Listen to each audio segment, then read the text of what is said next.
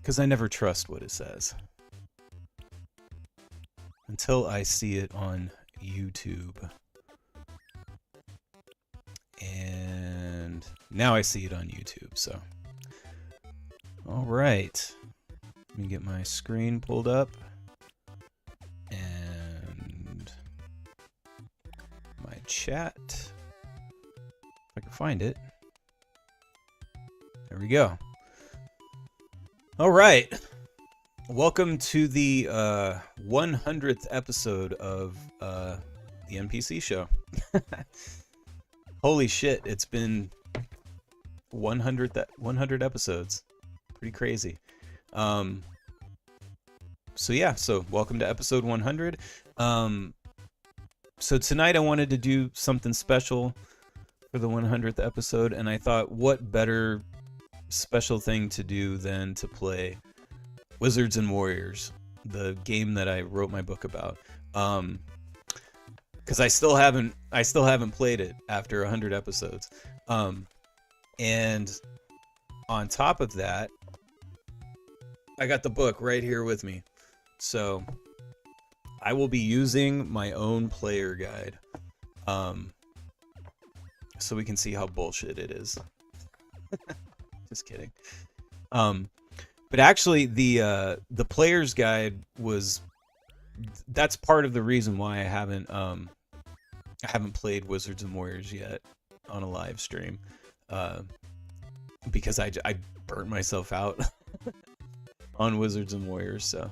But anyway, unfortunately, I don't have a way right now to hook up my Nintendo to play on actual hardware. So I'm just gonna be doing it on this. It's my NES Mini and a ROM, so it's the next best thing. You won't know the difference at all. So yeah, I don't know how long this stream is gonna go. It could take me 2.5 hours. It could take me 4 hours. I don't know. Who knows? We'll see. We shall see where the night takes us. So, all right. Let me turn my keyboard off here for a second. If I can do that. Hold on. There we go. Okay, and then let me fix my volume here. Because I just realized that by having the book out, it's going to be in the way and hitting the keyboard. So I just turned it off since I don't need it. But, all right, let's get to it. There it is, Wizards and Warriors. I love this theme so much. What's up, Scotty? Scotty said them damn Warriors and Wizards. I know, right? I love this music, man. It was so epic back in the 80s. It's still epic. David Wise, man, he killed it with this soundtrack.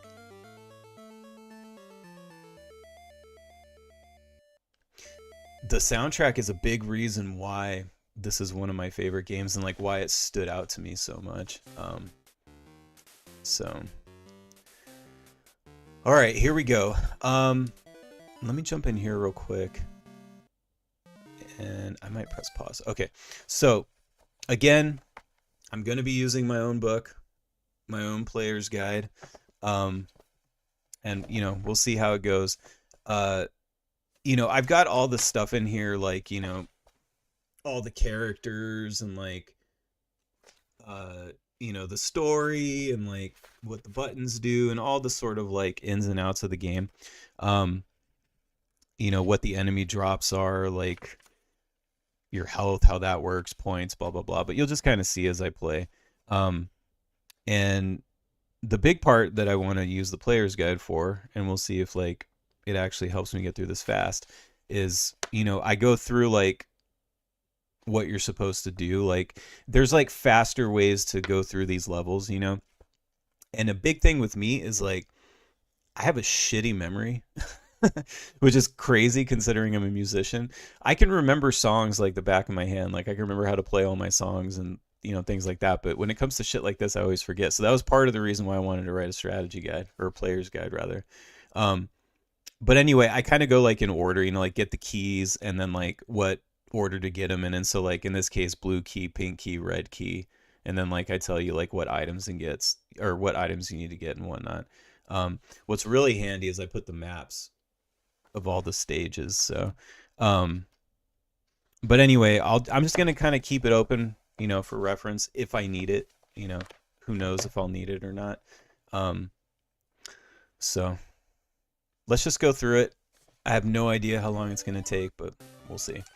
All right. So first things first, grab the blue key.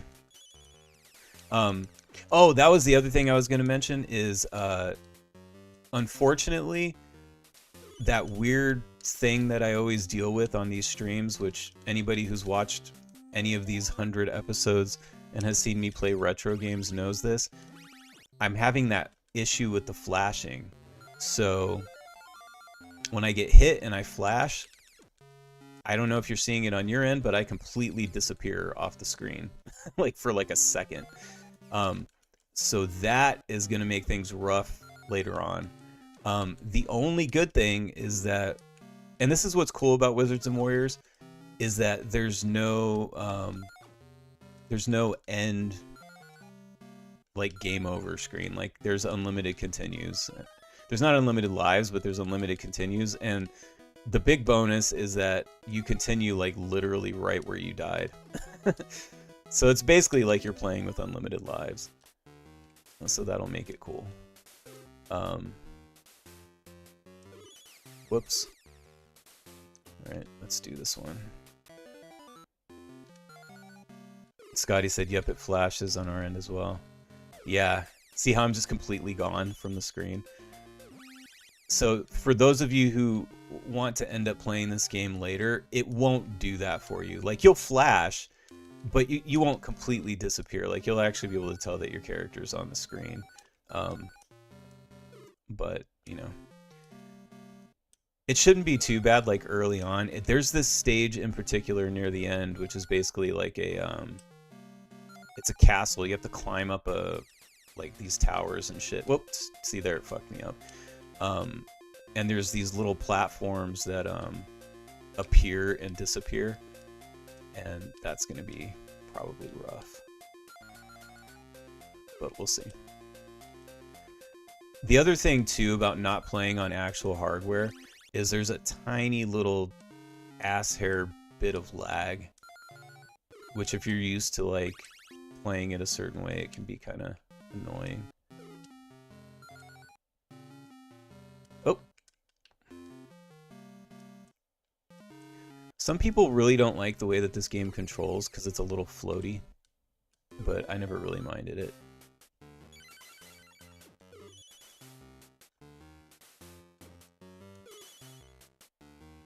This is always a weird jump right here. Dagger of throwing, there we go. This is when it really, like, your attacks feel cool, finally.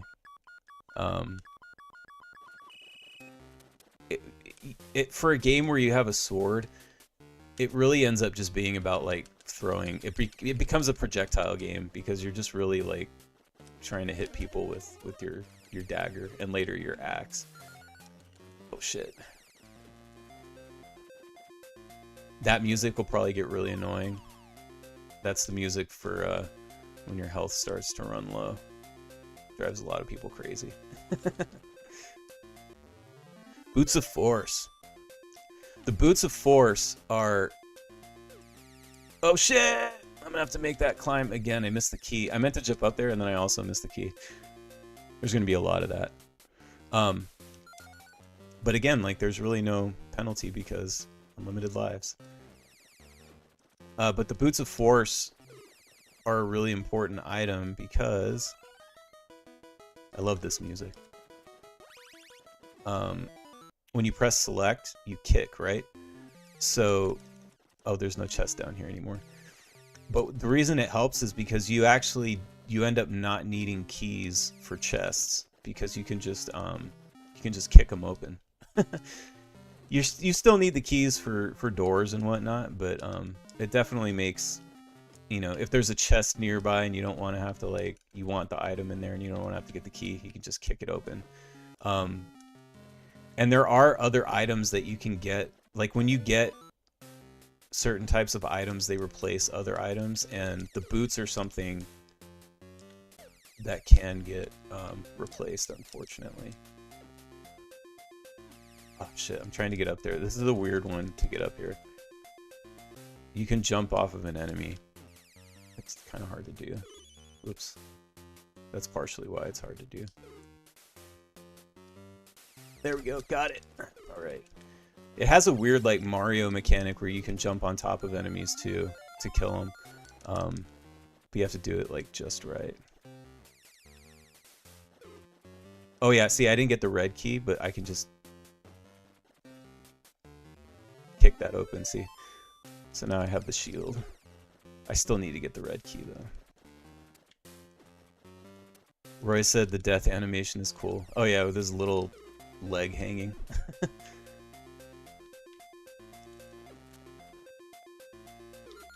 Alright, got it. See, that's one of those things too. See, the red key was like just on this little ledge, and it's like, if you didn't know it was there, like... Oops, I didn't mean to go in there. Oh, there's a chest. I forgot about that one. And if you actually, you know, use the strategy guide that or player's guide that I wrote correctly, like, you would know that there was a chest in there. I'm just not gonna, like, actually, like, sit here and, like, read the whole thing and bore you guys.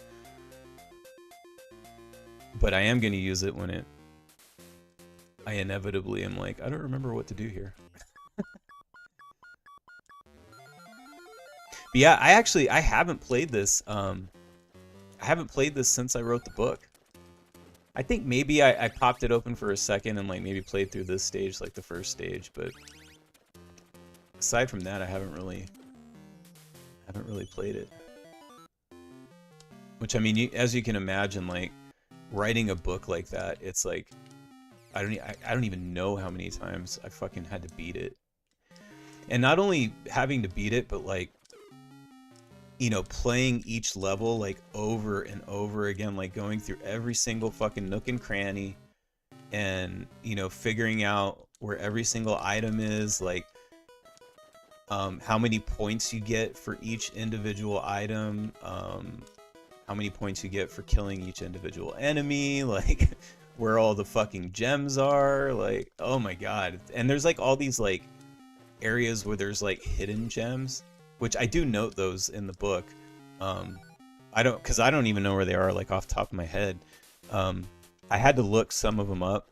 There's some that I remembered, but for the most part, I had to kind of like look them up on YouTube and shit, and make sure like I had them all, and like triple reference and shit.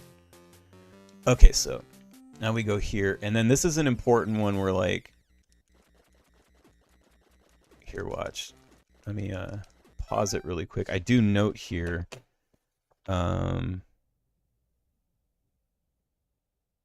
yeah, so for the Boots of Force, I said you should have already collected these when getting the red key. Once you have the pink key, blah, blah, blah. Keep in mind collecting other changeable equipment will replace these, although you have other opportunities to get them. So, yeah,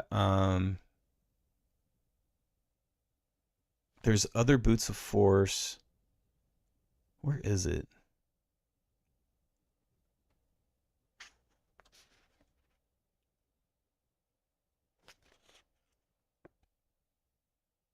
Well, there's a chest that you don't want to get here. Hold on.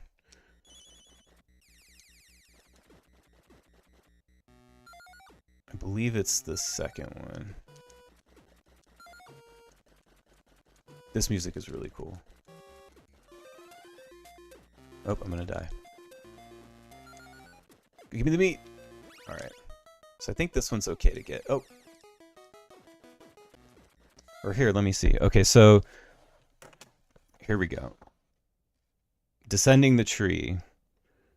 Do not take the middle path of the roots when descending the tree. The last chest, a pink one, contains the Wand of Wonder, and you'll lose your Boots of Force. Okay, so let me go to the map now and make sure. So Here we go.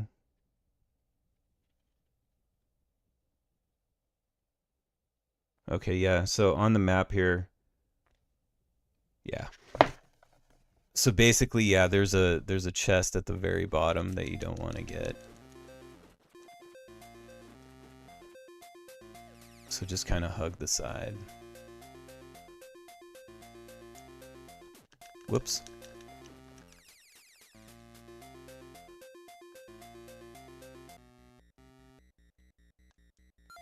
Yeah, because there's these little branches that'll...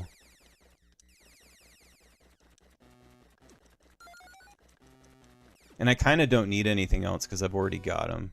That's the one you don't want to get because it'll replace your Boots of Force. Alright. And then there's this jump here, which is like... This is one of the most annoying jumps in the game. We'll see if I get it. It's really a pain in the... Ooh! Oh, now I'll get it. The pink helps me jump. There we go. When you get the pink one, it makes you jump faster. Here's our first boss. I'm gonna die. There we go. Now, I remember, like, the first time, like, seeing one of these bosses when I was a kid, I was like, oh my god, this is the coolest shit ever. Because it was just, like, I don't know, it was, like, very, like, horror movie, and it was very spooky, like, Halloween. Like, I've actually heard as a complaint about this game, people are like, oh, well, the enemies are just very, like, you know, like, generic, like, Halloween. But, like, I actually kind of like that. Oh, these sounds are so nostalgic.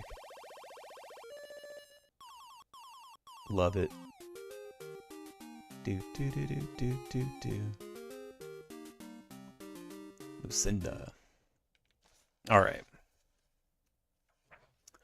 So that's stage 1. And like I remember like when I first played the game, like I played stage 1 like so much.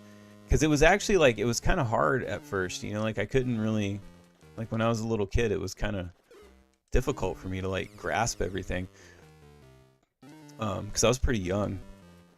So I played it a lot. And then I remember like, you know, this is the second stage now, and I was just like, oh my god. Like now it's even like crazier. Like this was like for me like in, you know, 1987 or 1988 or whatever it was, like this was the equivalent of like a giant like open world game. You know what I mean? So it was pretty nuts. And also my little brain, like I'd get lost and shit. Oh, didn't mean to fall there. And you're about to see like some of the like crazy jumps we're gonna have to pull off to get items now. I think this is one coming up here. Like, okay, yeah, so see this? Okay, I gotta jump over there, right? I'm gonna show you why you can't do it. Oh, did I get pink? Hold on, I might be able to do this now. Oh no, I didn't get pink. Okay. But anyway, so you gotta jump over here. I keep hitting that fucking ceiling. I just did it again. There we go. So you gotta get over there, right? But the fucked up part is that every time you hit it, unless you hit it perfect, you're gonna slide down. See? I'm telling you, it's like one of the most impossible jumps in any fucking video game. But the secret to being able to pull it off is this. So here we go. Oh wait, Roy said the bats are just as dark as the background. Yeah. Okay, so the secret to this jump is you got to get this blue potion, which makes you go really fast, and then you have to make it in time for it to still last. And then you have to just sort of perfectly do this.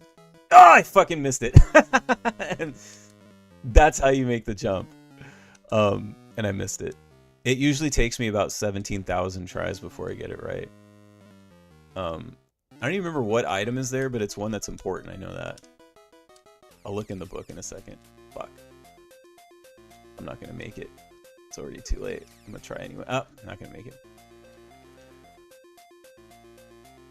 feel like I should almost just die. There we go. The reason why is because I need the music for the potion, so I know when it's gonna run out. Let me let this guy kill me. Okay.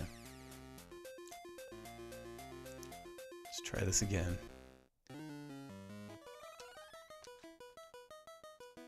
Alright, come on, man. Shit. Okay, I need to stop trying to do that. No! I'm not gonna make it. Yep. Alright, let me come down here and get it again. My whole life, too, it's like, I know what I need to do. Like, I know it needs to be done. I just can't... I can never nail it on the first try. Or usually the 20th try, either. Oh, fuck! Fucked up again. But this is why I actually thought this stream would be funny, is because, like, it's my favorite video game, and, like, I wrote a book about it, and I'm, like, not even really that great at it.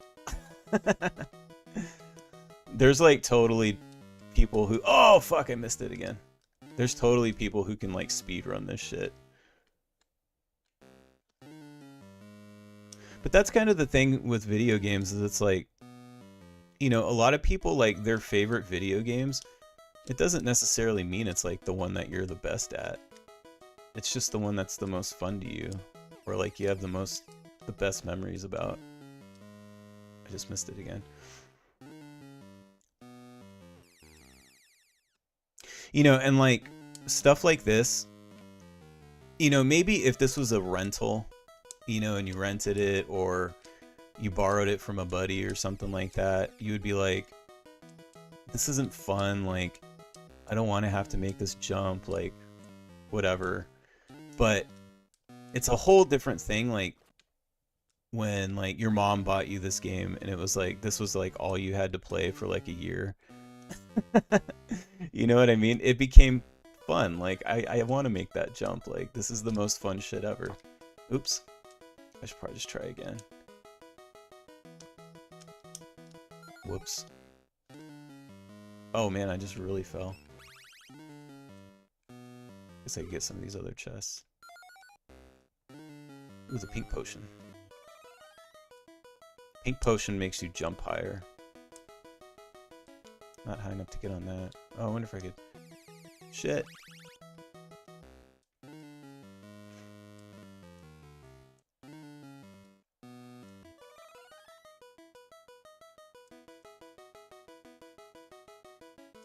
Go!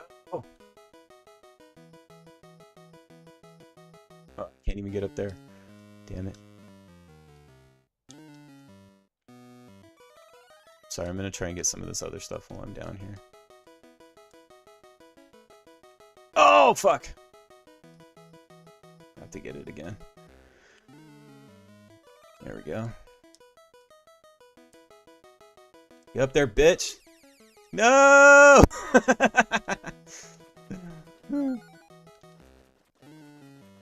Scotty said, I purposely don't replay Silent Hill 2 as much as other games. I want to let it breathe in between playthroughs. Yeah. I feel that. That's definitely why I didn't play this a bunch after I wrote the book.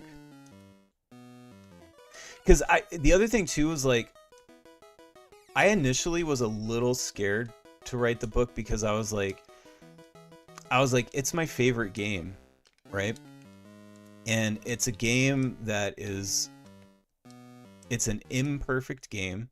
It's not a perfect game by any stretch of the imagination, but I love it. You know what I mean?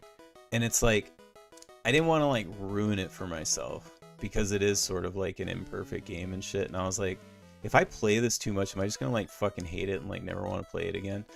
So that was kind of why I was like, you know, maybe if I do, you know, I should like kind of take a break. And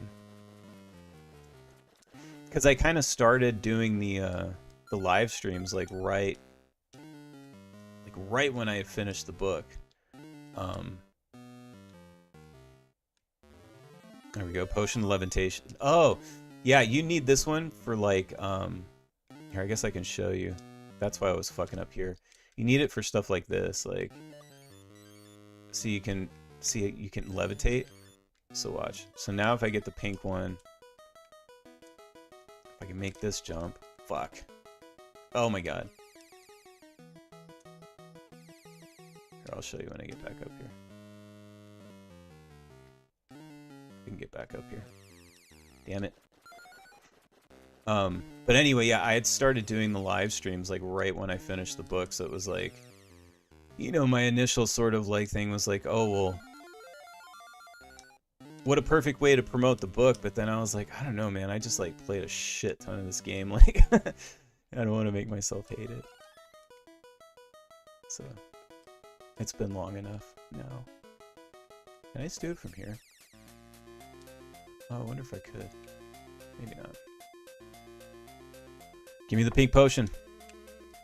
Alright. Watch me die now. Jump! There we go.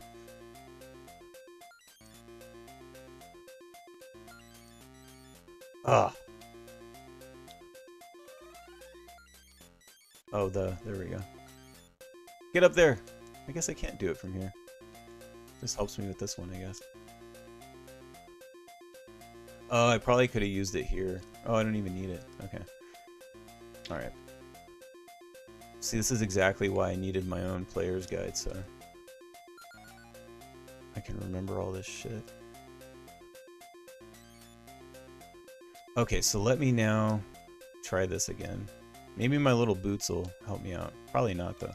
It's really all about speed. But it will at least help me do this. Ah! Fuck, I missed it. See, this is where the little tiny bit of input lag. I mean, it's hard as it is, but like that little bit of input lag is fucking killing me. And this is why I said, like, you know, it could potentially, like, you know, this could take me like 4 hours to beat this. But like, you know, whatever, I don't care. That's how it always is with this game. Like, it takes me forever, but I like playing it. So, oh, I almost had it. Damn it. I'll get it. I'll get it. I get better every time I do it.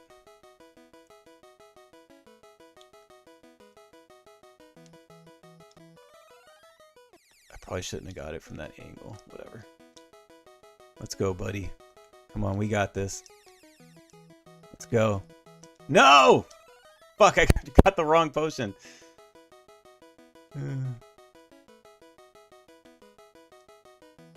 I don't even remember specifically what item is there right now off the top of my head. I just know I need it. Whatever it is. It's important. It's important enough that I have to do this stupid jump. God, motherfucker. I wonder if I could do it without it. Let's try. I have done it before without it. Oh, I got the gem.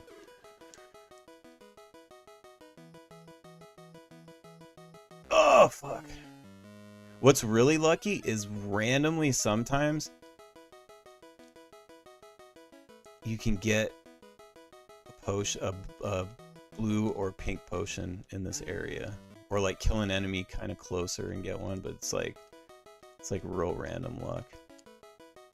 If I can't do it here, I'm just gonna go get the blue potion again. Try it one more time.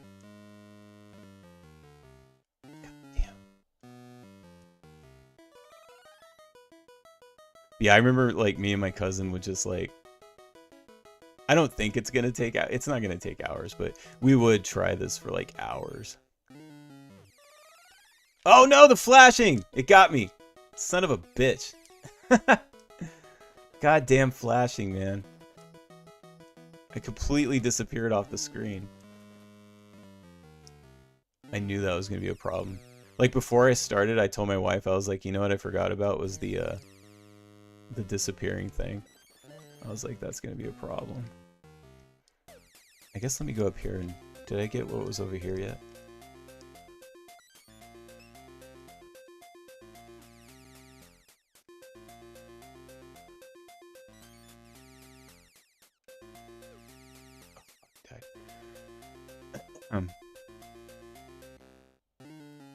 There we go. Cloak of... Oh no, I didn't need that! I got rid of my Boots of Force. Son of a bitch.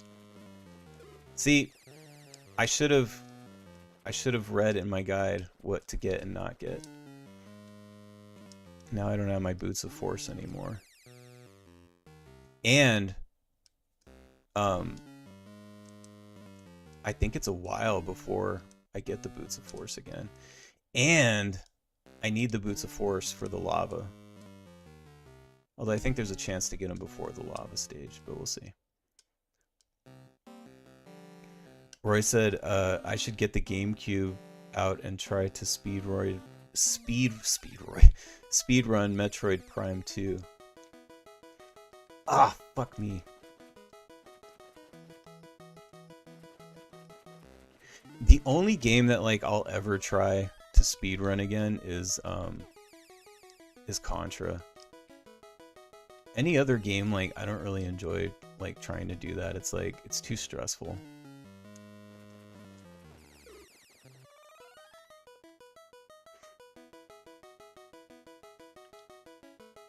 Like, I watched a speedrun video of this game and I was just like, man, I don't even know how the fuck. Oh shit.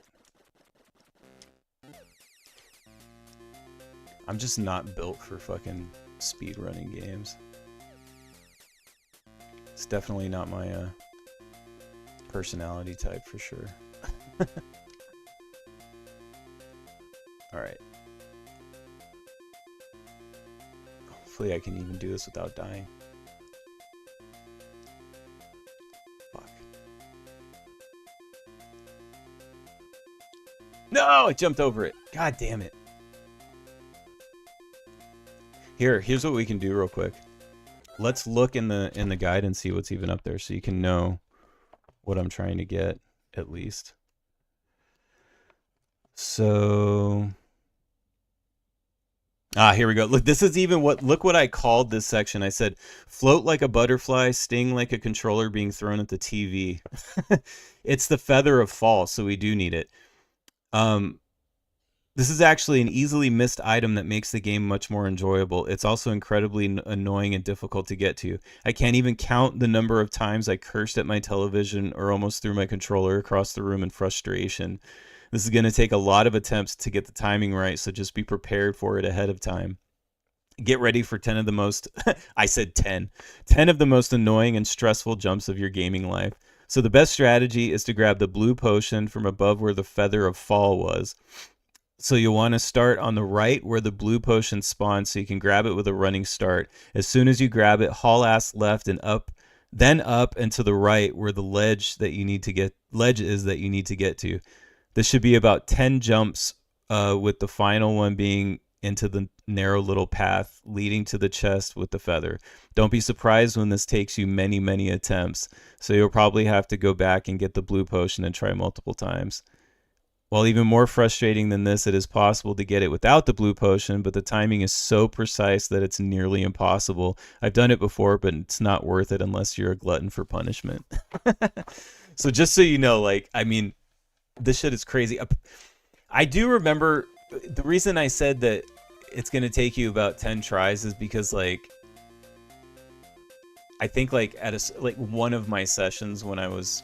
Because, like I said, I had to play this multiple times when I was writing the book.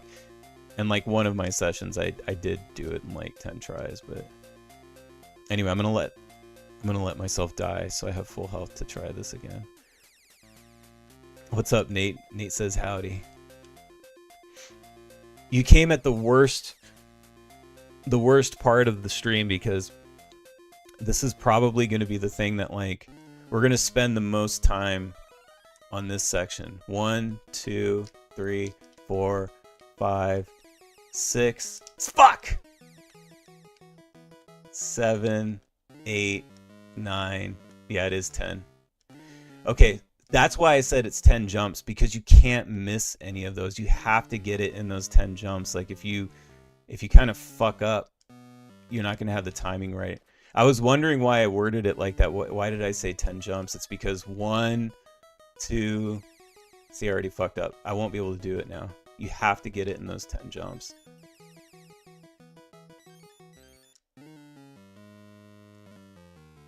Oh, I need to go higher. Alright,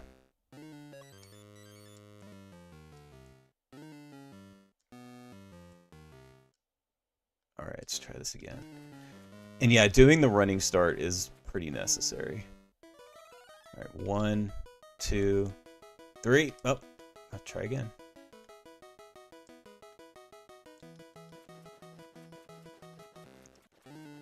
Nate said this reminds me of level 11 from Battletoads.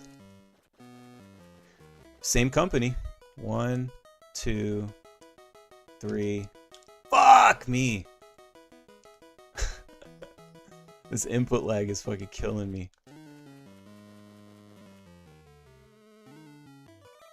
One, 2, 3. Fuck it. I'm gonna try anyway. No, I'm not. That's way too many misses. I have to get it too, because like you'll see later on in the game like why it's so important.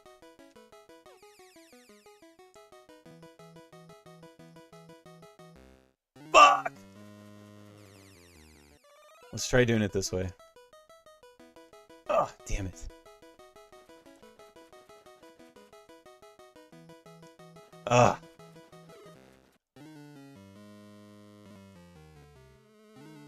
Oh, missed it. Hold on, Nate. I'll read your thing in a second. Get in there, bitch!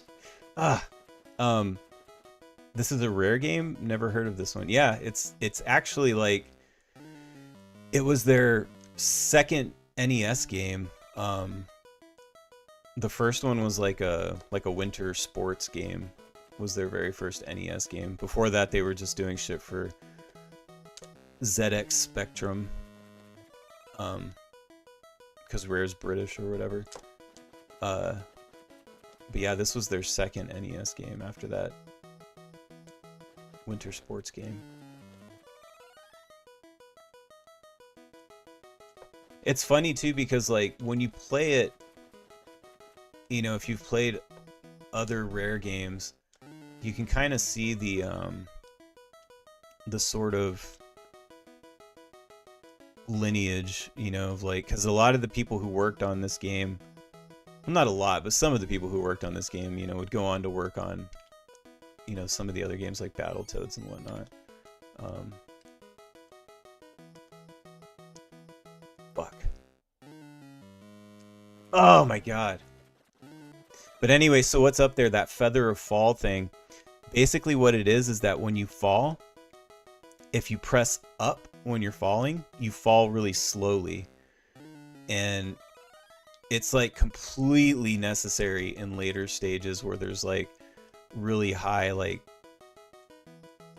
fuck like towers like climbing and shit where you're gonna fall because it'll save your fucking ass.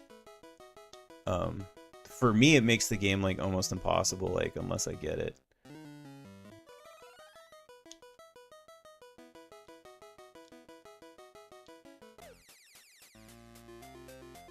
Oh my god.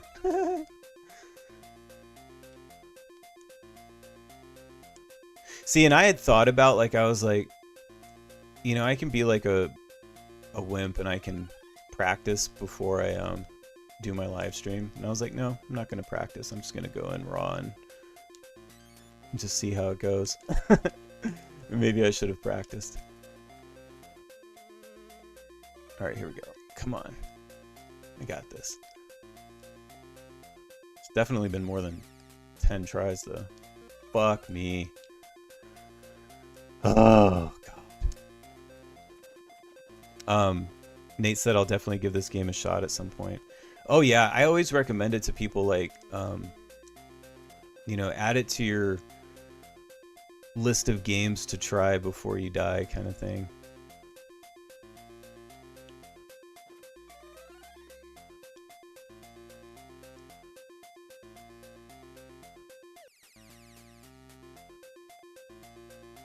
Oh, fuck! I was one jump away. I was one away. Oh my god. That would have been it if I had made that fucking last jump. Son of a bitch. I had the full speed boost and everything. Alright, let me die here.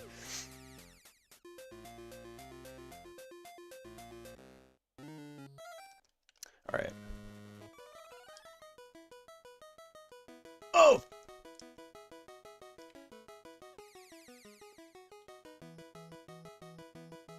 Yo, fuck, I missed it! Damn it. I'm getting the other part down, but then it's like that fucking very last jump. There's kind of like a weird... it's a combination of the input lag and then also just the way the controls are a little floaty. Like, damn it. Jumping consecutively in this game is kind of like a bit of a nightmare. You know, thankfully this is really the only spot where you have to do it like this. It's like a very like Mario thing, but like the controls aren't nearly as fucking precise as a Super Mario game, you know what I mean? Fuck, I slipped. So it's like, yeah, it requires like super, like, you know, Mario precision controls, but the game just does not provide you that.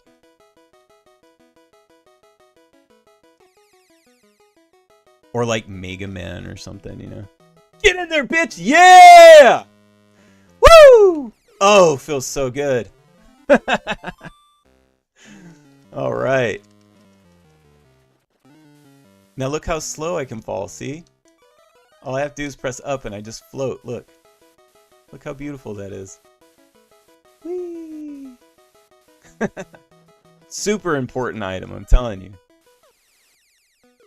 I know it was annoying, but it was important. I already went up there and got the item I didn't need. Alright. Hell yeah. Nate said, woo!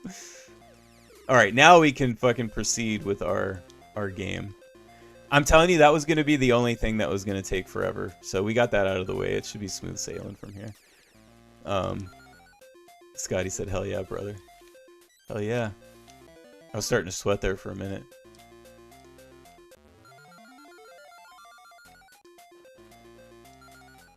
Those kind of things are like super rewarding though. Like I said, you know, if this had just been something you rented, like maybe you would have been like, oh fuck this, like I don't want to do that. It's fucking annoying. But you know, when it was the only game you had, like it could be fun.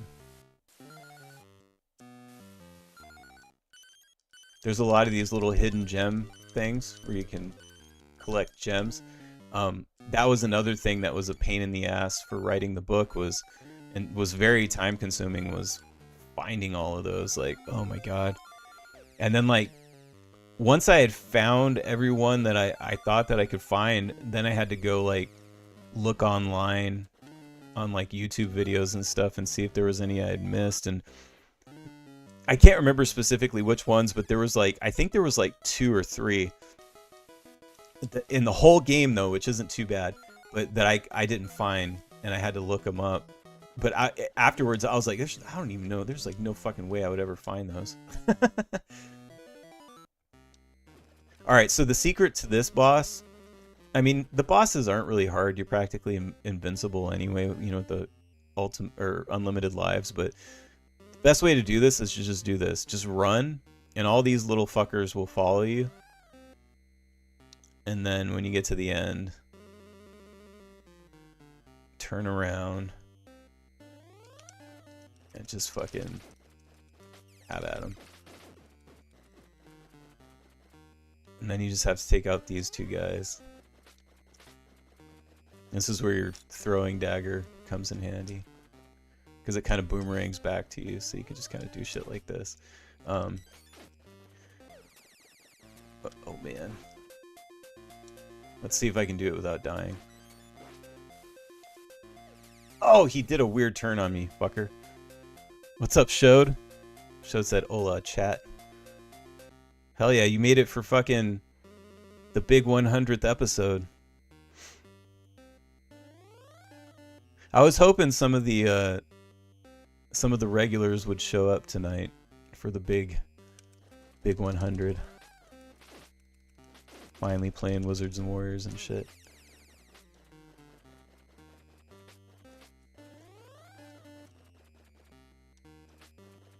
Um, but again, like, yeah, like I know, like I've seen videos of like speedrunners and stuff, and like people who can do this with like without dying or like no hits and stuff like that. But you know, I'm not that kind of gamer.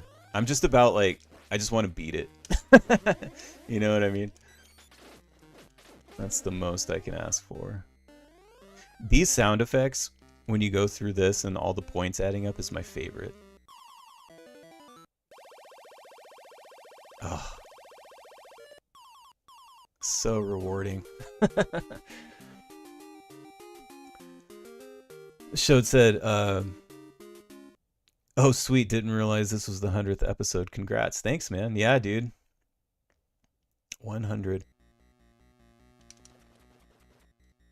So this is where I fucked up, and we'll see if maybe there's more Boots of Force in here. I can't remember. I could read my book, but there's hot lava, and without the Boots of Force, you can't walk on the hot lava or ride the little flaming tower things. Those you can actually stand on those and ride those and like not get hurt if you have the Boots of Force. So that's why you want to keep those, which I didn't listen to my own fucking book. Well, I didn't read is why.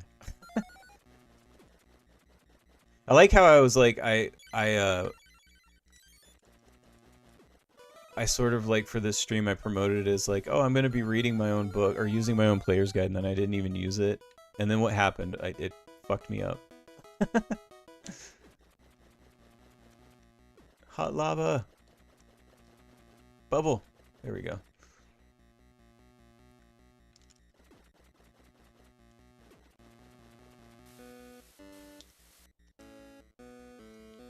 Alright, I need another bubble. I need a bubble around here. There we go. There's a good one. Shit.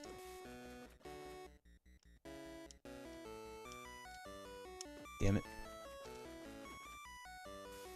See how I could just float? I'm telling you, it comes in so much in handy. Like, that's why I suffered through all those jumps. There's another weird jump here coming up, but it's not as bad. I think it's up here.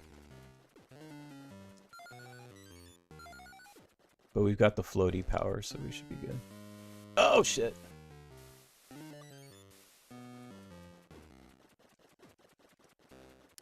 Nate said the only game I ever speedran was RE2 Remake. Oh, okay. Yeah, I can't speedrun those games. I can barely fucking beat them, I feel like.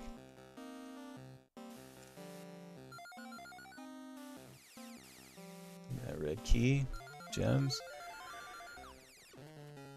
Okay, so yeah, so like I think what it was here was you need the yeah, see, you wouldn't be able to get that if you didn't have the being able to jump like that, like the levitate thing. So battle axe is the that's the upgrade from the dagger. So like now we have the most powerful throwing weapon in the game. And that's, you know, that right there, like doing all this, that's kind of the fun of Wizards and Warriors for me, is like finding all the items and, you know, like I wrote the player's guide for people, but like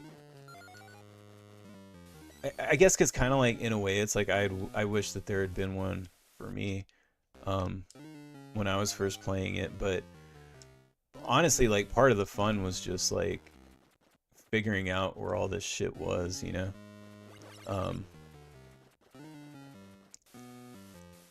Like this was like, I've said it before, but it's like this was really like kind of like the first experience I ever had with like what you would call like an open world game now. Like cause there was just like so much exploring, and it felt like to me like bigger than like Zelda for some reason. Like I don't know. Oh, dead.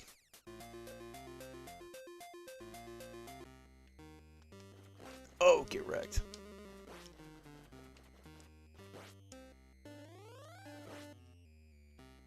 I love the choice of music for the boss battles.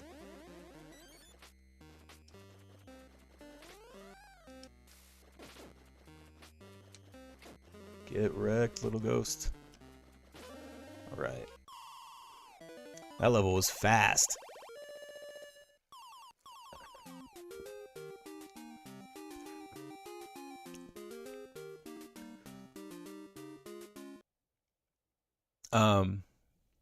Shode said I just finished Resident Evil Remake not too long ago. Resident Evil in general seems like it'd be a tough speed run. Scotty said, LOL, those speedrun achievements for Resident Evil got me to do them. Nate said, I always got the Zelda strategy guides along with the games. Nice. Yeah, you know, I was influenced to... Part of the thing that influenced me to write a strategy guide was one of my favorite books when I was a kid, or kind of like a pre-teen into teenager, really, was more like it, was the Final Fantasy 3.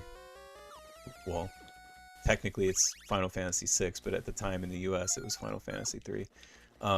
That strategy guide, but not the like official like Nintendo one. It was kind of like an unofficial one written by this guy Peter Olofsson. I fucking loved that player's guide. Like, I read that thing like a book. You know what I mean? Like, I would just read it for fun.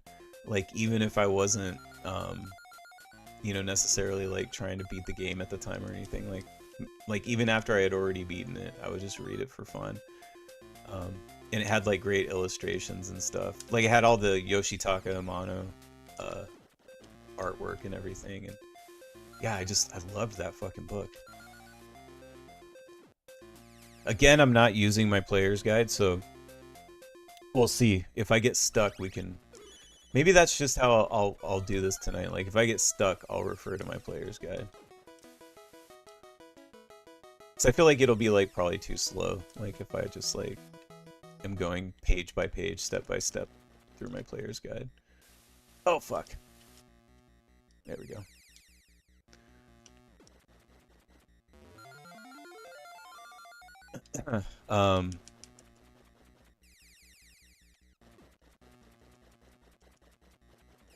Nate said, I remember the Prima guides. They were pretty good. Oh, yeah. I can't pull it out, unfortunately, right now. I'll try and pull it out when I beat the game, like near the end, if you guys are still here, to show you the Peter Olofsson strategy guide, because I have it right here, but it's like right next to the cable that my camera is hooked up to, so like that'll probably unplug it, or at least it'll move the camera.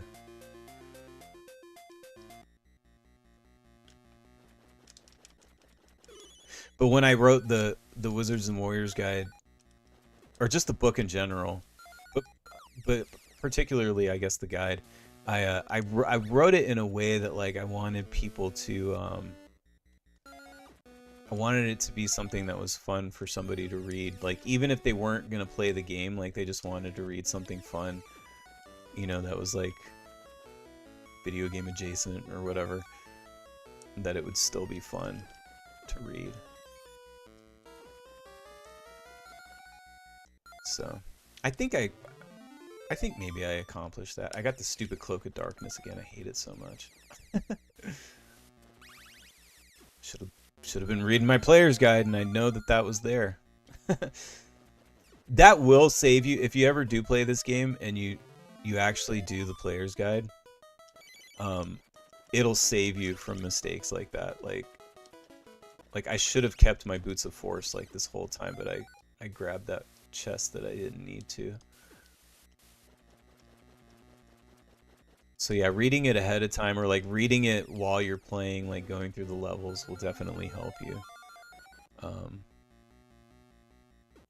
And I also did this handy little thing with the maps, where on the maps that I put in the book, like I photoshopped in like important items. So like where the chests are, where the keys are, you know, what's in the chest. So that way, like, you can find those. Like, you could probably speedrun the game much faster than like I'm gonna be going through it if you used my player's guide. You'd probably have to do a couple practice runs, but should be able to do it. Or I need 50 more gems. And again, if I was reading my player's guide, I'd know where all the little hidden gems are. This level might be the only one that's like actually kind of a pain in the ass to collect all the gems. Oh, died.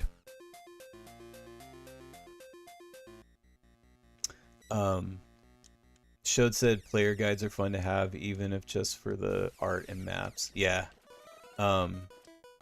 Nate said they barely make strategy guides anymore. It's a shame. I know. Yeah, and the maps part is why I took the time to actually like add the maps and like, you know, kind of make them as cool as I could, because I liked that kind of stuff too back in the day. Oh, give me that gem. I'm fucking die again. I always have to keep reminding myself, unlimited continues, it doesn't matter.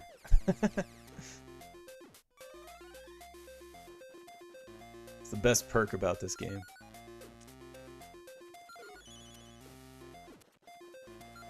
Thought there was like a hidden one here, I guess not.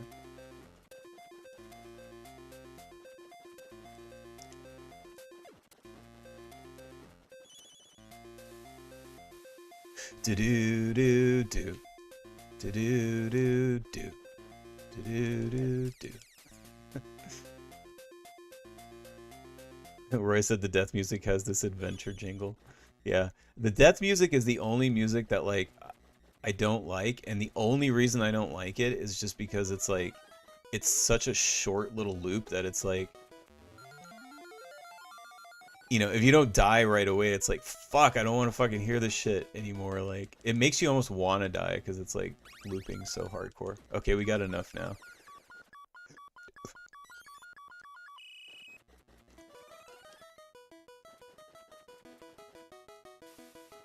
Shode said I ended up coming back to sketching some shorthand maps when I played Crystallis a couple years ago. Oh, nice. Crystallis? I never know how to say it. I guess if I say Crystallis, I sound like an asshole, huh? I guess it's just Crystallis. I don't want to sound like an asshole. Crystallis! Crystallis. Crystals. That motherfucking crystal game. You know what I'm saying?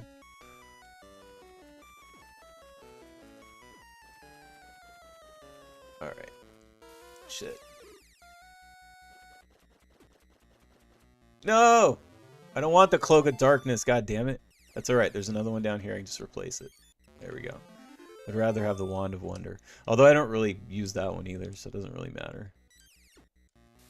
The only one I ever use is the Boots of Force. Oh my god, okay. Whee!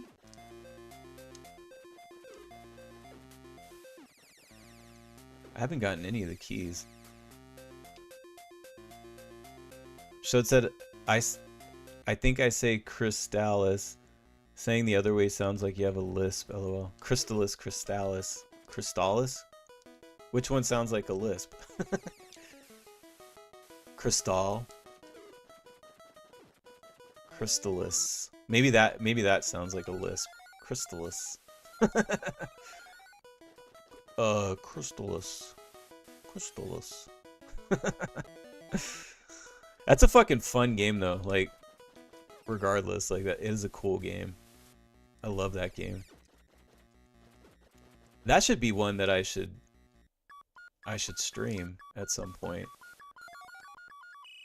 It would be a long one if I tried to beat it, but or I don't even know if I could beat it in an entire stream, but you know, and this one might end up going longer than I normally do, but I had already prepared for that because I was like, it's the 100th episode, like I want it to be a longer episode, so get in there, bitch. Okay, I only have, oh, there's the red door. All right. There we go. Gotta get these keys. Alright, blue key. So now we gotta go to the blue door so I can get the fucking pink key and then we get out of here. If I remember correctly, it's down here somewhere. At the very bottom.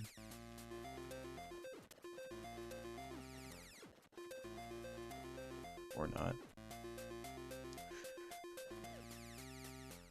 Showed said truly a really fun game. Nate said Rare was one of the gems, or sorry, one of the gems, one of the goats of gaming.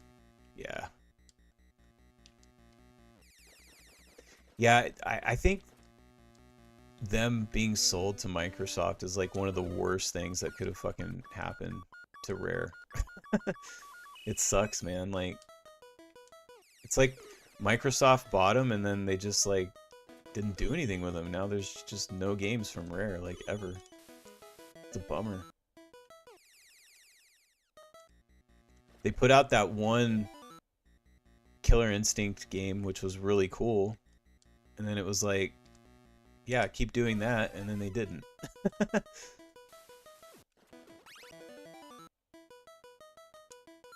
Like, that Killer Instinct game was so fucking rad. I don't know why they didn't keep making more. It's like, was it not successful or something? I don't get it. Like, the only other thing that they put out was that, and don't get me wrong, I like it, but they put out that Rare collection or whatever, which I have it. Like, that's pretty cool. It didn't have games like this. It didn't have, it was missing a lot of games, but, you know, it was still cool. But yeah, it's a bummer, man.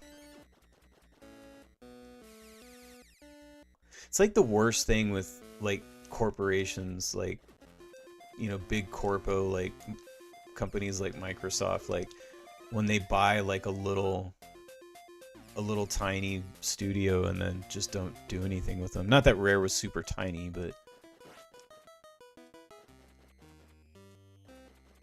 spooky ghost.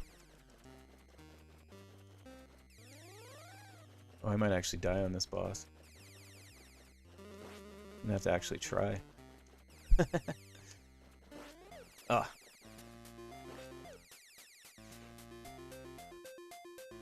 And Nate said they could have made Banjo-Kazooie 3 by now. Could have made like 17 Banjo-Kazooies.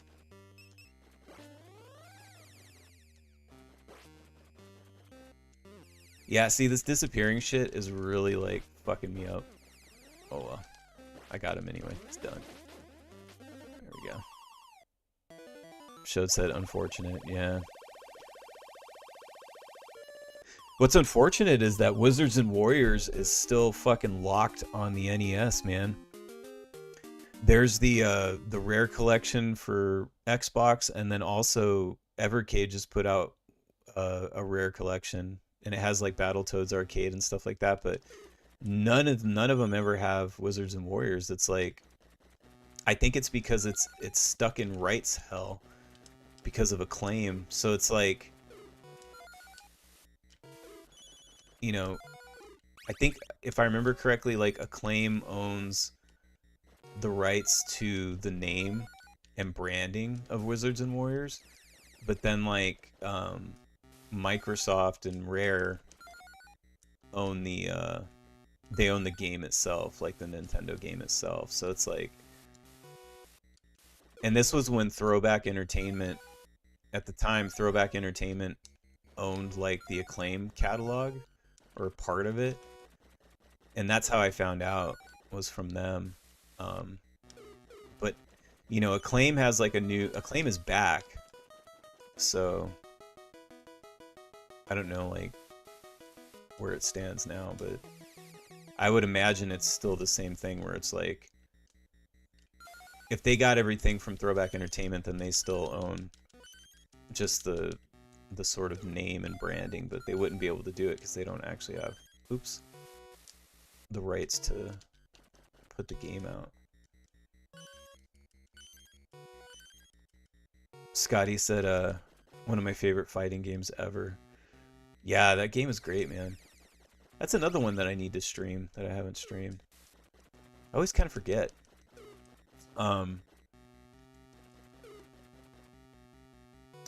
Scotty said Killer Instinct did well. Microsoft had unreasonable Street Fighter expectations. It was definitely held back by being an Xbox game. Nate said, I remember getting Xbox One at midnight with the Killer Instinct remake. Still one of my best gaming memories, to be honest. Oh, that's awesome, dude.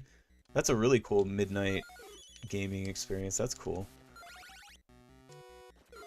Yeah, it's a fun game, man. And yeah, Scotty, I can see, like, Microsoft, like, being dumb and thinking, like, oh, it didn't sell as well as a Street Fighter game. That means it didn't do well. Like, all these stupid fucking corporate suit people, it's like, their expectations are fucking retarded. Like, like, I don't get it. It's like, it's not all about, like, you don't have to fucking do Street Fighter numbers. You know who does Street Fighter numbers? Street Fighter. You know who doesn't? King of Fighters and Fatal Fury and fucking any number of fighting games, but they're still successful. Samurai Showdown, you know what I mean? They still have an audience and shit. Killer Instinct doesn't need to do Street Fighter numbers. It just needs to do Killer Instinct numbers, you know? All those types of people are like why the industry is like where it's at right now, like why it's in the fucking hole that it's in right now, and like why things suck. Like they don't care about fucking video games. They just care about a fucking bottom line. You know, and that's the same thing too with what a lot of people don't realize about the whole, like, you know, quote unquote woke thing with like video games. A lot of that wasn't necessarily political. It was bottom line driven, and it was like these people thought, because they're idiots. It's like the same type of thinking that makes them think like, oh, Killer Instinct wasn't successful because it didn't do Street Fighter numbers. It's that kind of thinking that makes them think like, oh, this woke thing is trendy, so we need to make all our games like that, and like, you know, appeal to this certain audience because that's what success is, I guess. But it's like they don't understand gamers because they're just like these corporate people that don't really care about video games.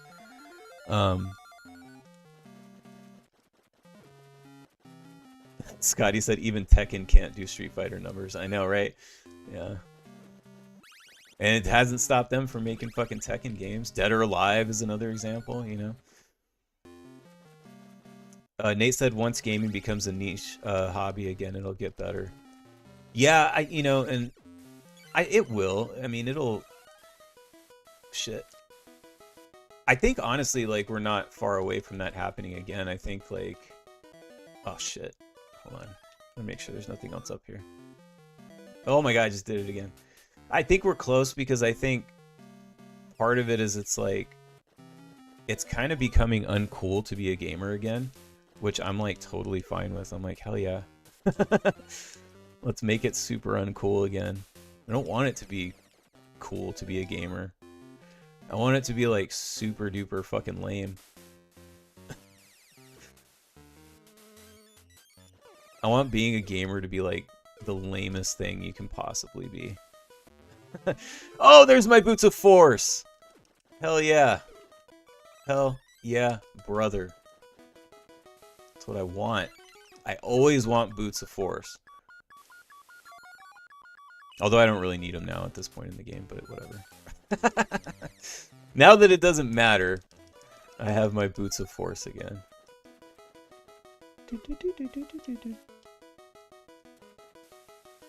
When I had a 4-track back in the day, I made a little song and I sampled the potion music from this game and put it in a little song. I still have it on a 4-track cassette.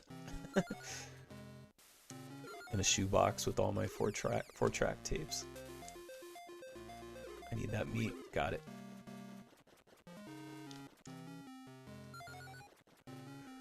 Shod said some legacy indie devs are still making good games. The pendulum will swing back soon enough. Yeah. Yeah, it will. Oh, I need that gem. There we go. Some meat. Showed said the amount of money these corporations have wasted is insane. Yeah, it's fucking gross, dude. It's super gross. Oops.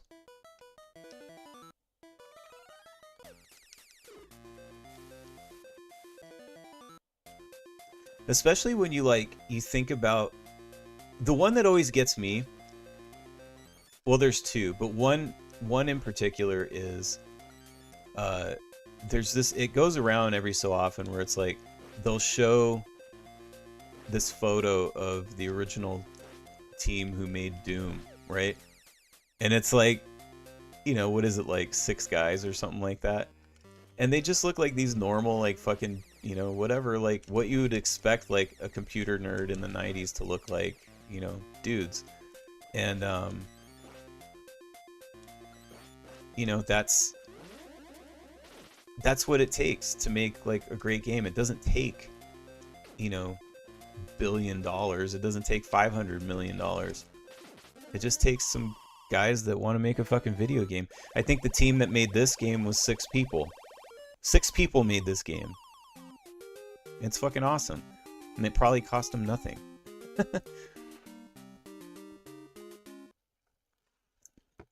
It's the same thing with movies too.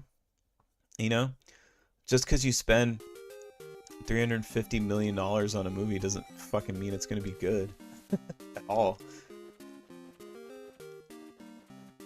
Okay, this is the level where I was telling you, I think the flashing from getting hit is going to become a problem.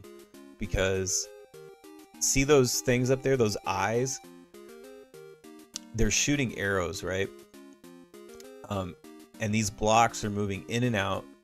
And it's like, fucking, your timing has to be impeccable. And you're going to get hit by these arrows. And when I flash, I disappear. So this is going to be rough.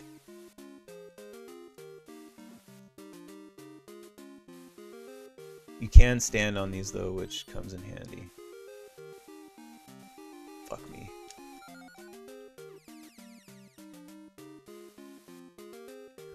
Really, the secret is to always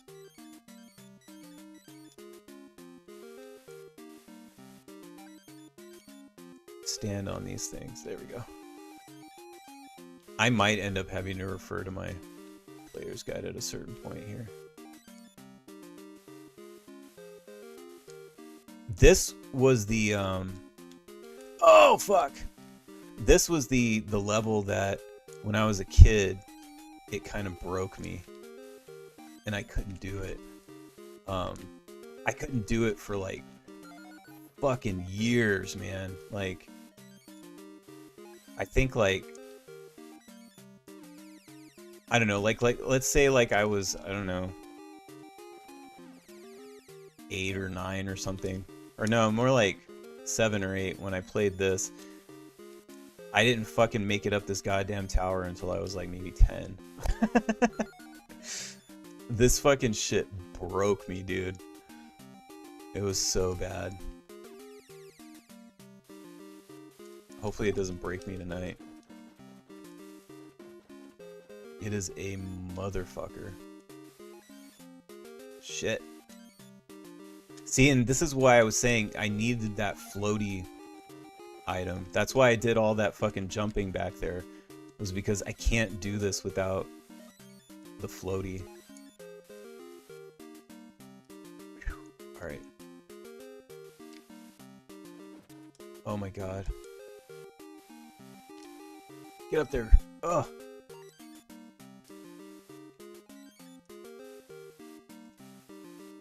Oh fuck.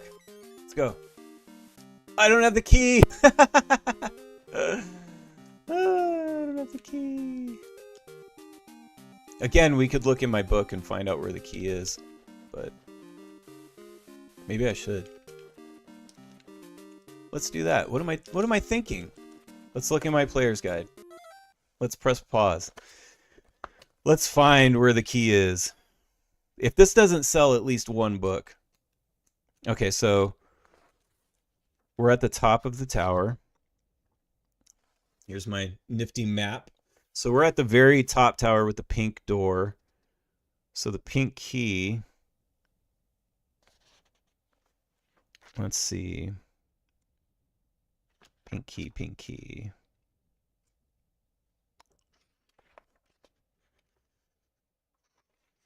You start the stage, blah, blah, blah.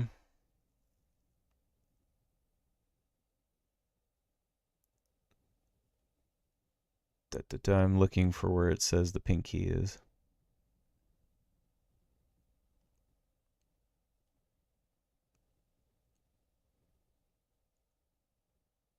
Oh, okay. So we need the leftmost tower. So I should be able to just fall down from here.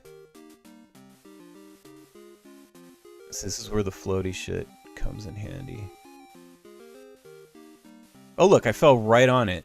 There we go. There's the pink key. Okay. But now we gotta fucking make it all the way back up. Maybe it won't be too bad. Oh, fuck. Woo! Alright. Pain in my fucking ass, man. Let's go. Get up there. Come on, knight. Oh, fuck! You can hover here, so that's good. Alright, we did it. Alright. And I know it's like, you're probably thinking like, oh, that wasn't that bad. But it's like, I'm telling you, when I was like 7 or 8 years old, like, it was like... No, it was bad. It was really, really bad. I could not fucking do it to save my life. This is the most fucking frustrating thing of all time.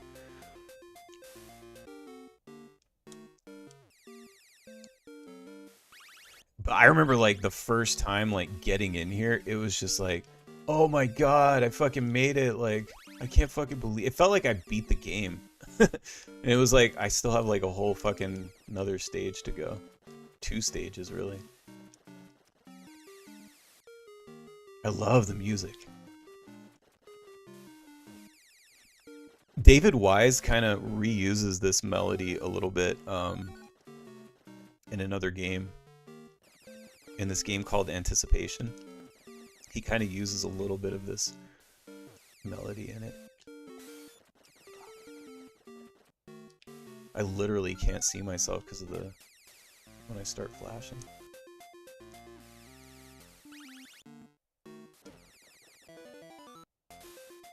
I'm gonna die.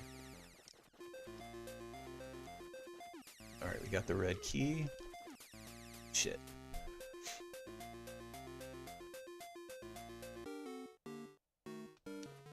Yeah, but this game, man, like, it's all, like...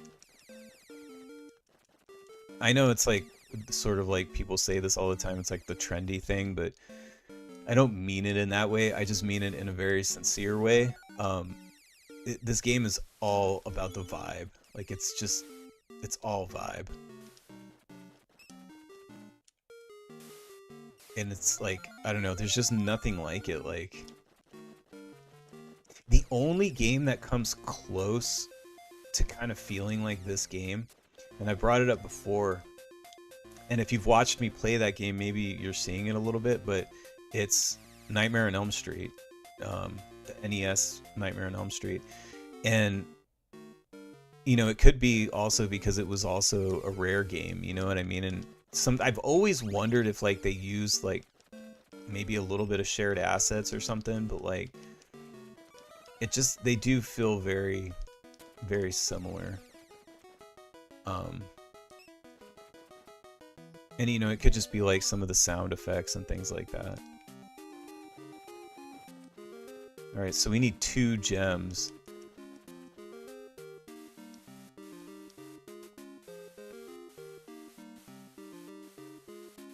So I'm gonna kind of look for some. I mean, I should be able to kill people and get them, but... There's one.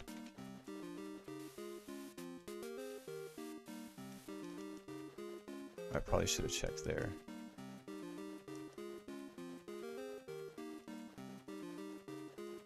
I do remember, like, this guy is, like, or this level is very stingy. Oh, there we go. Okay, 51, 50. Okay, I think he's only asking for 50. Yep. All right, we did it. That was the stage I was the most worried about because of, like, the flashing, so. Okay, so now we're in.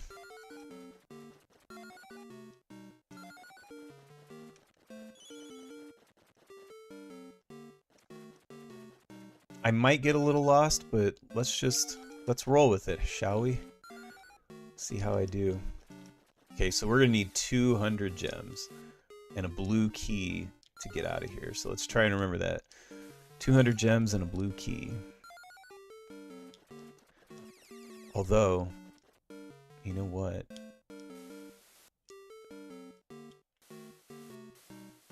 I do have the Boots of Force. Kick these fucking things open. That's why you want those Boots of Force, man. I'm telling you.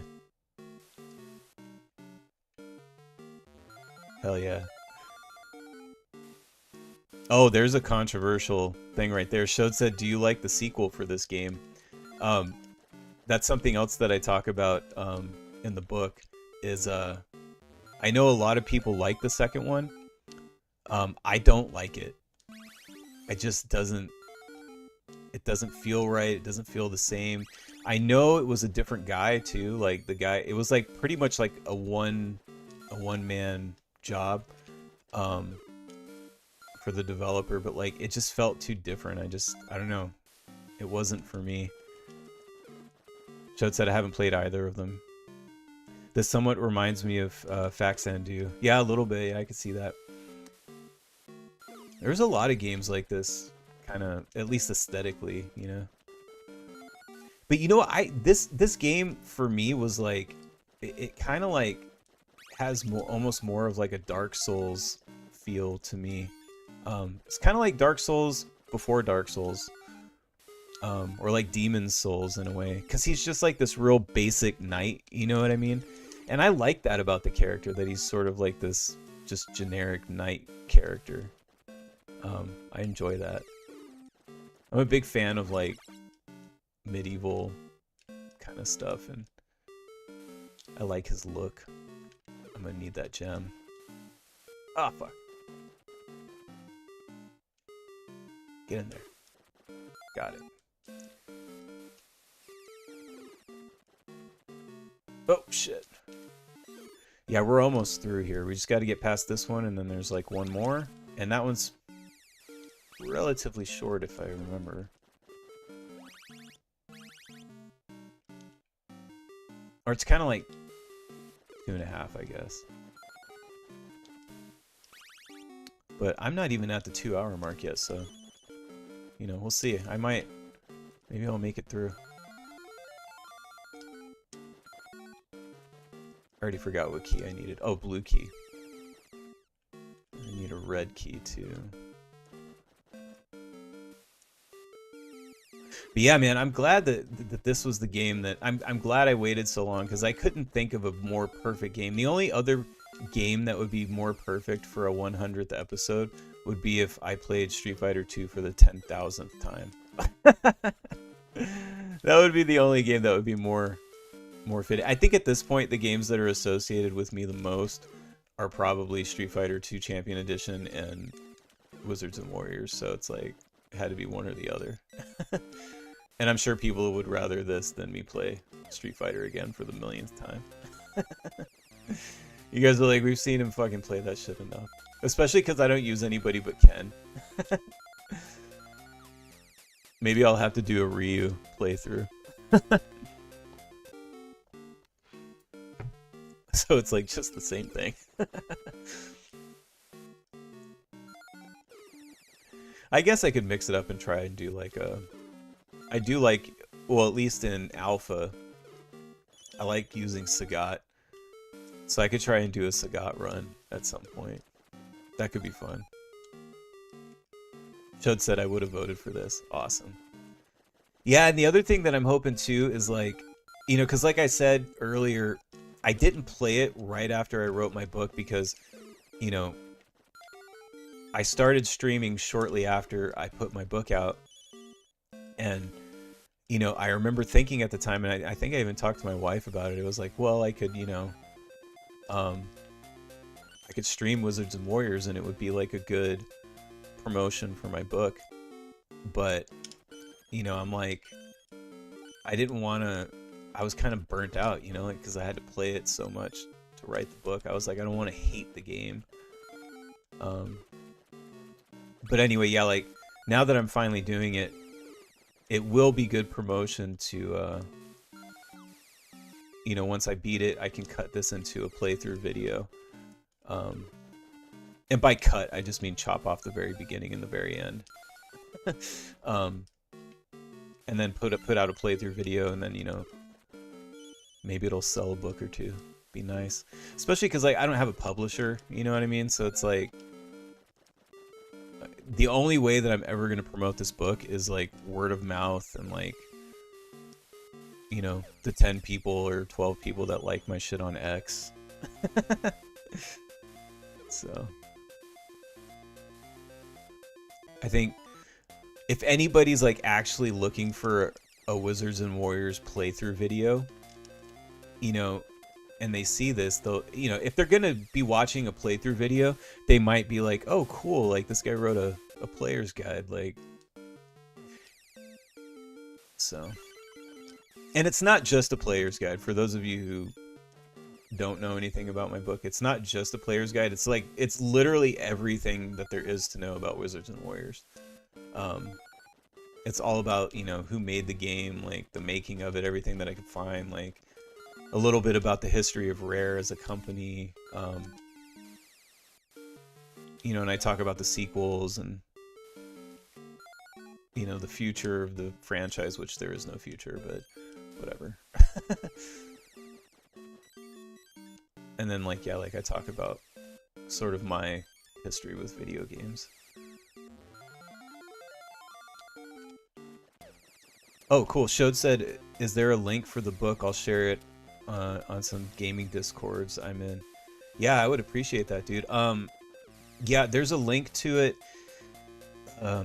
in every description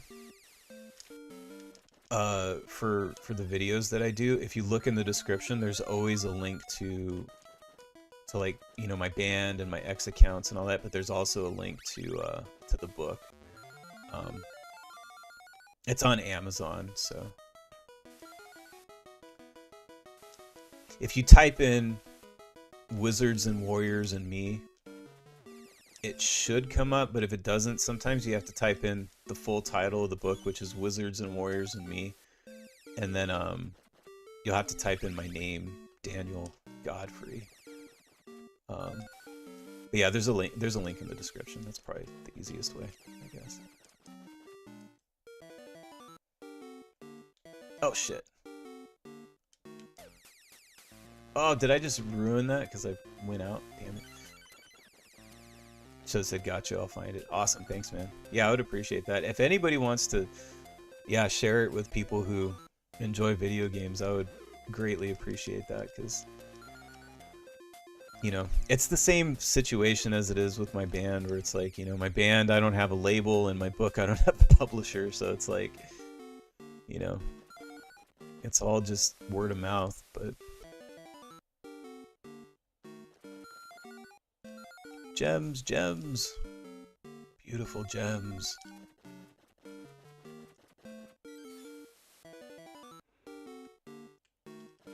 But I'm pretty sure, well, I know it's the only Wizards and Warriors book out there.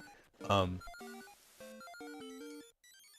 I would go as far to say, like, I don't think for a very long time there will ever be another Wizards and Warriors book. I mean, like, I very rarely run into people that are, like, as into this game as I am, so it might end up being the only Wizards and Warriors book. Who knows? I do want to do a revised edition at some point. I just don't have any time. But there's a couple of little things I want to fix. Like, there's one typo that bothers the hell out of me. I don't know how the fuck I missed it. Probably because I don't have an editor and I edited my own book, which is probably like the worst possible thing that you can do.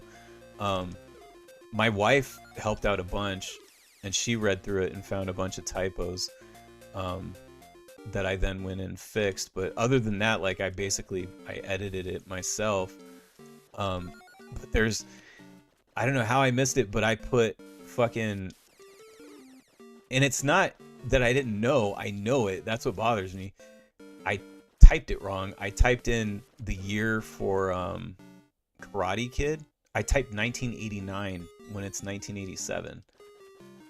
I'm telling you, it had to have been a typo. Like I just must have just hit a 9 instead of a 7, and I didn't catch it, and it drives me insane. It's the only like factually incorrect thing in my book. Yeah, I gotta fix it at some point. This is one of my favorite bosses. It tripped me out as a kid. So like he's very little, and then as you defeat him, so yeah, now he got bigger, right? And he just keeps getting bigger and bigger and bigger. I'm not gonna be able to beat him this first time though, because I don't have enough health. Already gonna die.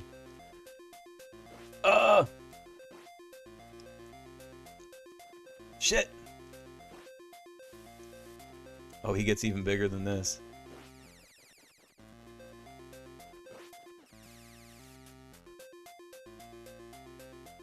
Alright.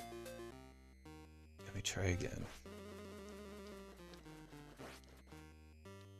But yeah, the concept of this little fucking skeleton just like getting bigger and bigger is so great.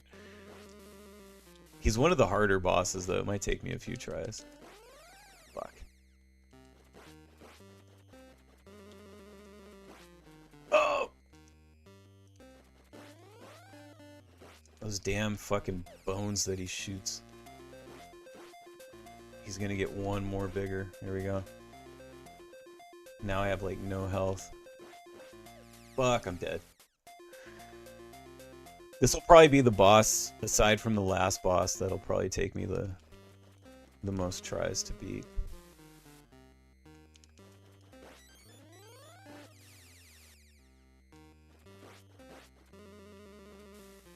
It's those damn bones that he throws.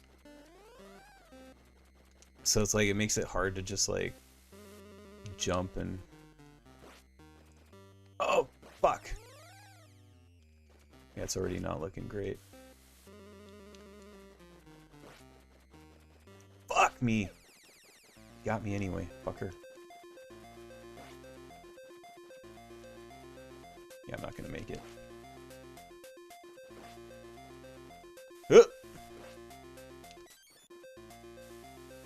I played these bosses a bunch too, and then like I sort of like found strategies that worked, and I put them in the book, and then like I don't remember them.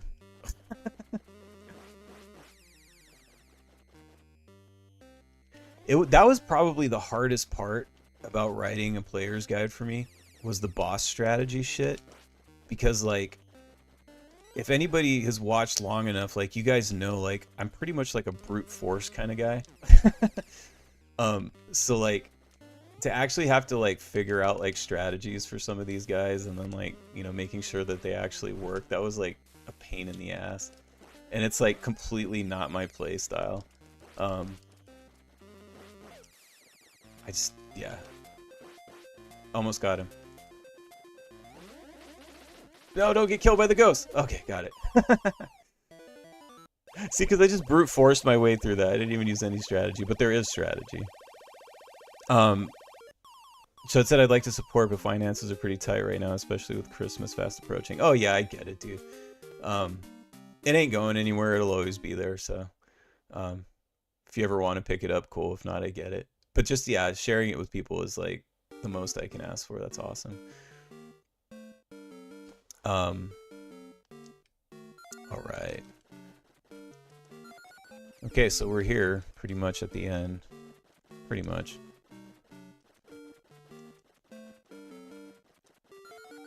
Get all these gems. I'm telling you, you got to play Anticipation, and you'll hear what I'm talking about when I say he reuses parts of this music.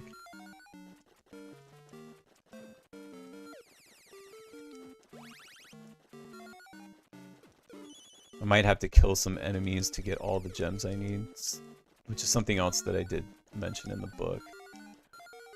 This one's like a real, it's real stingy on the gems.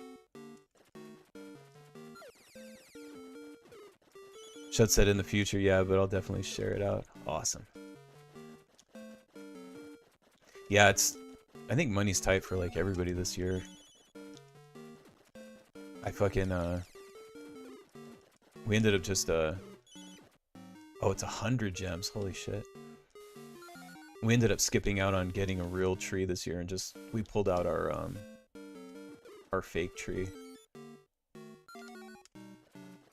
Which is fine, because it's an awesome fake tree.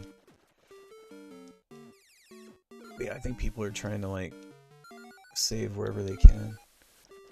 Oh, come on!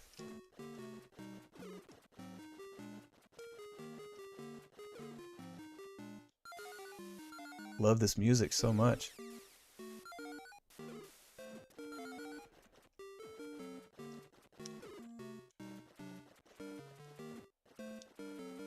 It's crazy how, like, the game, like, it never, at least for me, like, it never gets harder than that tower. Like, that's probably the hardest level, in my opinion. Like, this level and going forward, like, you're gonna die a lot, but because you have unlimited continues, like, it sort of makes it like, you know, well, it's not really hard because there is no, you know, there is no death. It's more those, like, those annoying ass, like, jumps and shit that, like, that's the stuff that'll kill you.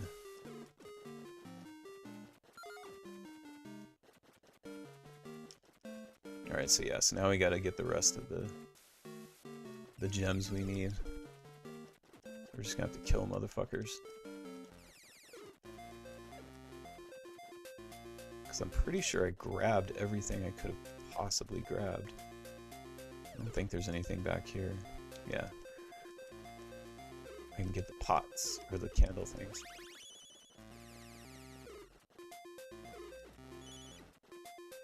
It is cool that, like, you know, if you don't want to find all the little tiny secret hidden areas, like, you can still get the gems just by killing bad guys. It just takes a little longer. Show said, I'm going to tackle Ice Climbers soon. Heard mixed reviews and is an early NES game. It's fun. It's pretty cool. I've never beaten it or anything, but, like, it's pretty cool. You know, honestly, like, a lot of, like, early NES games are fun. Like, the only really bad thing that you could say about them is that, like, you know, they're simple, I guess. Like, but, you know, simple isn't always bad. I think people kind of, like, I don't, you know, at a certain point, linear became, like, a dirty word in video games, and it's, like, you know, or, like, too simple, like, whatever, because games are all fancy now, but it's, like, there's nothing wrong with just, like, a simple-ass fucking video game. Like, sometimes that's all you need, you know? Like, I don't always want to sit down and, like, fucking play something that's, like, super fucking complex. Sometimes I just want to turn my brain off and, like, play something fun, you know? Which is another thing that's why this is probably my favorite game, is because, like, you know, there's, you know, some little challenging stuff or whatever, but it's, like, for the most part, like, I can literally just shut my brain off and play this game. Like, the only, since we've been playing, like, really the only 3 things that were, like, super annoying was, like, that jump, and the tower, and then, oh, there we go. And the spider, or not the spider, the skeleton boss was kind of hard. That's about it. All right, here we go. So final boss. So this is the end of the game, but I want to see if I can pull this off right away. So I always try to tell people this, and I'm glad I got to put it in the book. So one thing that's you got to know is the stage itself is shaped like a skull. That's actually what the stage looks like. It's a skull. You can't really tell when you're in it, but that's what it looks like. And that's helpful to know because so the trick, here we go.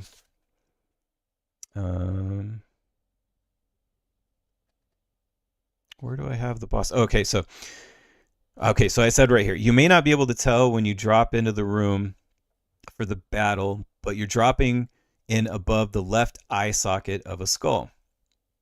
The room is shaped like a giant skull. His main mode of attack is teleporting to certain spots in the room and shooting homing projectiles at you, disappearing and then appearing in one of the same 5 spots he randomly does. This took me fucking forever to figure out.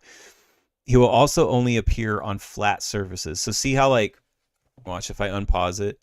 See where I'm standing? It's a flat surface. He'll only appear on those and like those little tiny ledges up there. There are a couple of strategies you could take, but one thing to keep in mind is his health regenerates to about the tune of 1 HP every 15 seconds. So this actually makes it a little difficult. You want to keep at it and not let up. Your best attacks will be with the Axe of Agor and the Boots of Force when he's close. One strategy is to wait in one spot and go to him to attack if he's close enough, or travel to him if he's far but not too far. Otherwise, you'll be chasing him all over the room to no avail. He generally appears somewhat close, but usually really close to you if you just stand still. Also, keep in mind that you can attack his projectiles to destroy them. So here's the secret. There's a spot that's perfect to stand and just wait. If you drop down from the left eye socket where you first appear, if you think of the room as a skull, it's sort of the base of the skull where it meets the jaw and the first back tooth. When he's finally defeated, blah, blah, blah. Okay, so if you look at the map, here we go.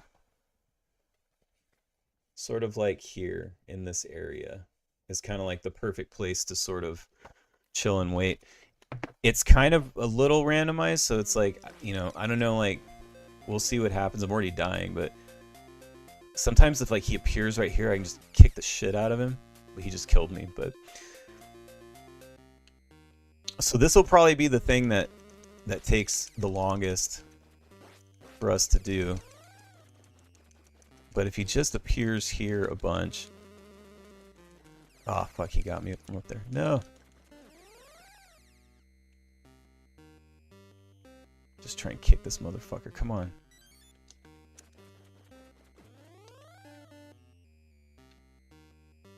Come on, bitch. See, the problem is his health is going to start regenerating if I don't... Now he's going to make me chase him. Oh, fucker! Damn it. Oh. Yeah, this is going to be the part that, like... Oh, man. See, and this... Like, there are those strategies that you can take, but it's like... You know how I was talking about, like, I didn't beat the fucking tower forever? Well, like, actually, like, beating this fucking game and beating him, like, I think I was, like, oops, probably, like, 25 when I finally beat it. I definitely didn't do it when I was a kid. I wasn't 25. I was probably, like, 19 or something. But I definitely wasn't a kid.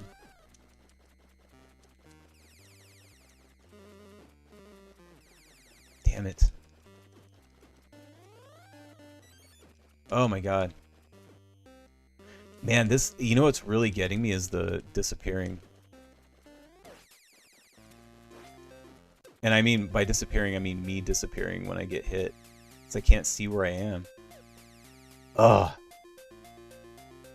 I didn't factor that in for this last fight here.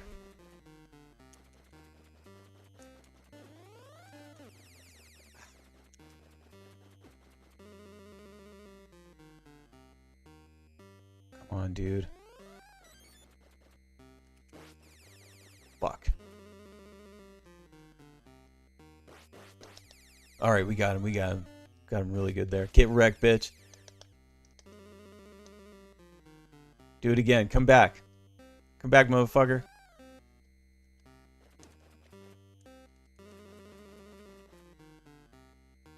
Come on.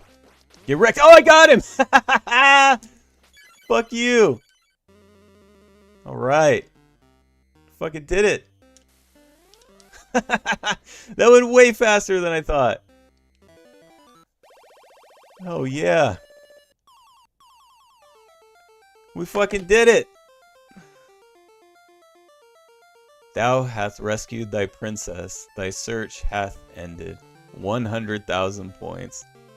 Hell yeah, brother. Shud said, good game. This feels like the Strider arcade final boss. Yeah. Oh my god, it feels so good.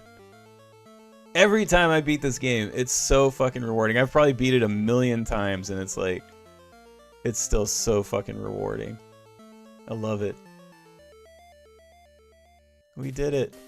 Alright. See if I can actually get my initials in time.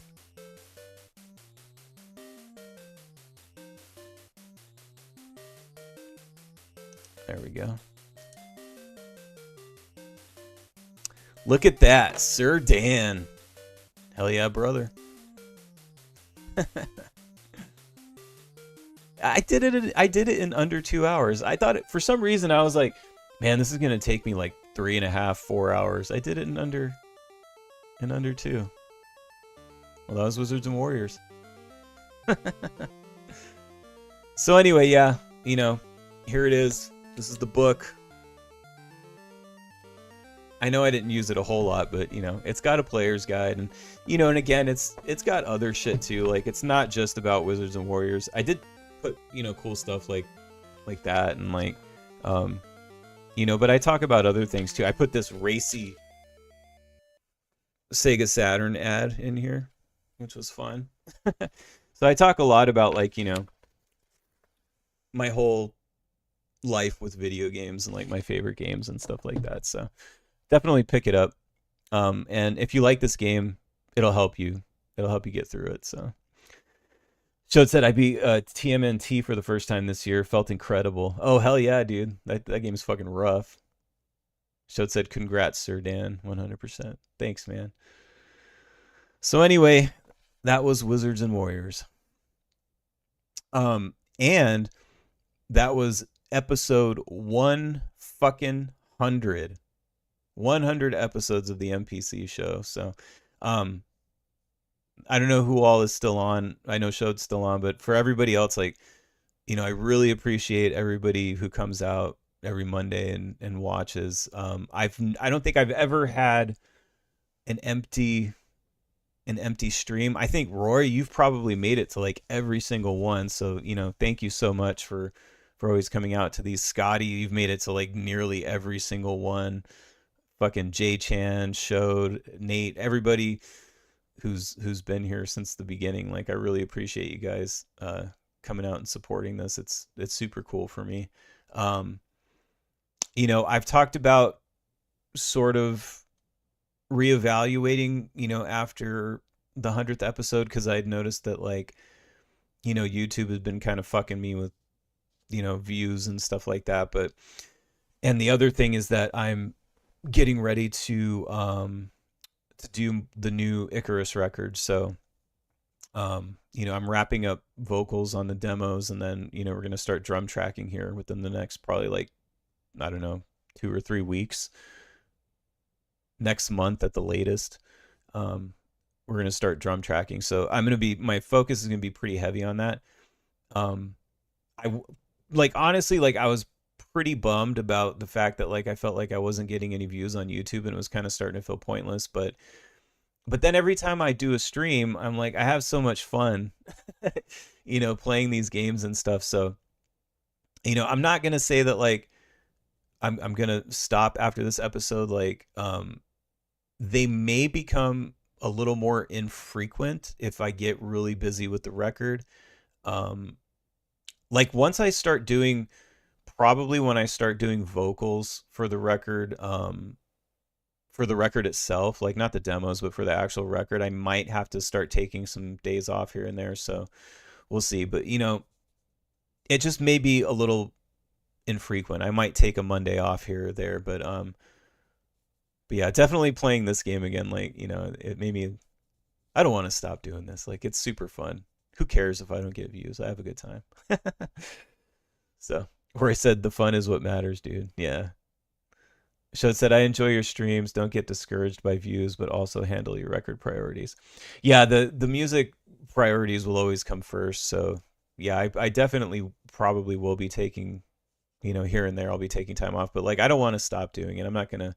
I know I had said like, oh, after 100 episodes, I'm gonna reevaluate, and I don't want to do it anymore. But like, fuck YouTube. I still have fun. So so anyway, I will probably be back next Monday with something. But anyway, sincerely, I mean it from the bottom of my heart. All you guys, like, thank you. I appreciate you guys coming out and supporting and everything, and hanging out every week. So, but anyway, I'm gonna wrap it up for episode 100. But yeah, thanks for hanging, guys, and I will catch you next time. All right, later.